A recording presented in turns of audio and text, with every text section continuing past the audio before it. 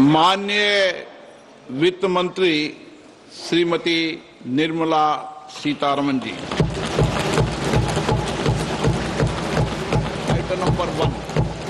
Item number one.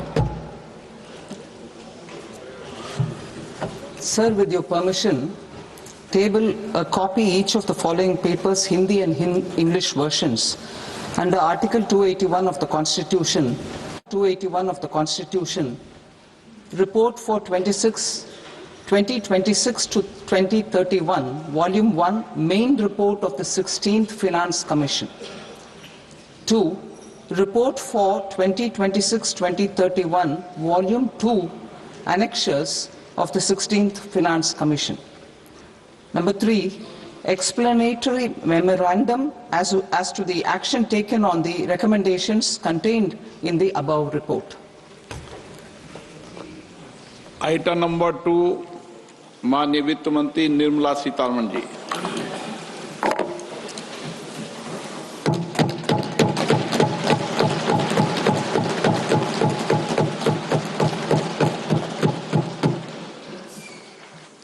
Honorable Speaker, sir, on the sacred occasion of Magh Purnima and the birth anniversary of Guru Ravidas, I present the budget for the year 2026-2027. Since we assumed office 12 years ago, India's economic trajectory has been marked by stability, fiscal discipline, sustained growth, and moderate inflation.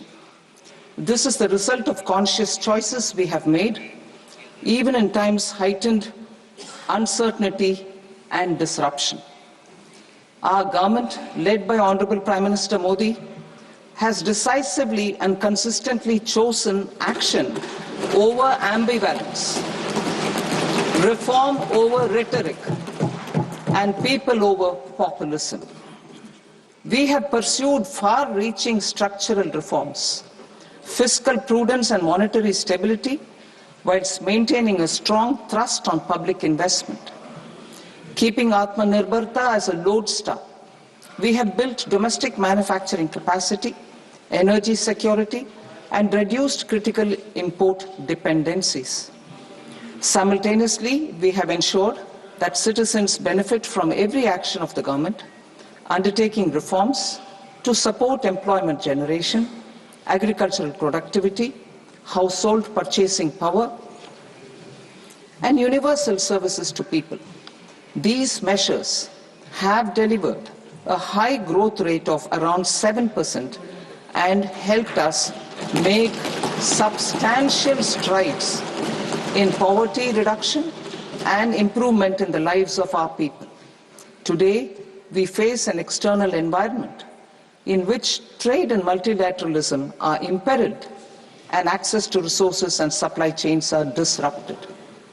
New technologies are transforming production systems while sharply increasing demands on water, energy, and critical minerals. India will continue to take confident steps towards Vikasit Bharat, balancing ambition with inclusion. As a growing economy with expanding trade and capital needs, India must also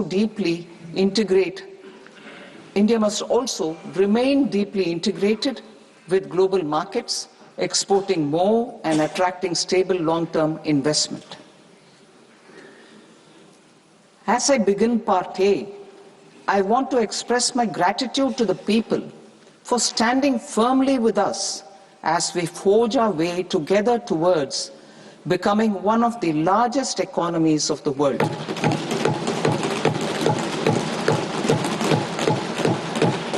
Our aim is to transform aspiration into achievement and potential into performance as we ensure that the dividends of growth reach every farmer, the scheduled caste, the scheduled tribes, the nomads, the youth, the poor, and the women. In Vikasit Bharat Young Leaders Dialogue 2026, several innovative ideas were shared with our Prime Minister, which have inspired many of the proposals, making this a unique Yuva Shakti-driven budget.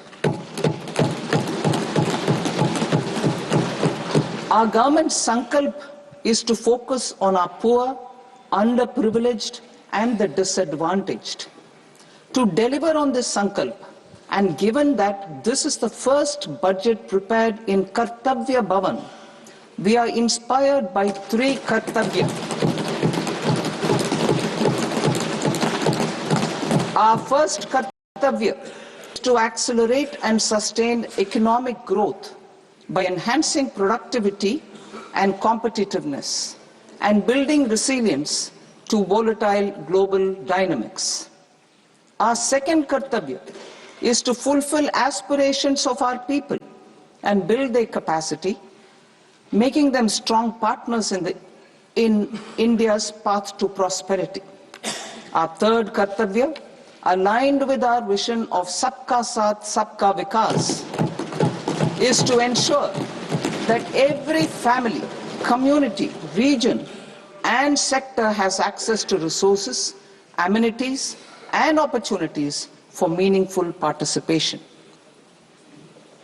This threefold approach requires a supportive ecosystem. The first requirement is to sustain the momentum of structural reforms, continuous, adaptive, and forward-looking.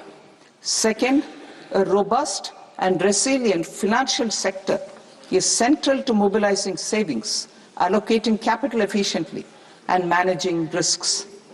Third, cutting-edge technologies, including AI applications, can serve us as force multipliers for better governance. Reform Express.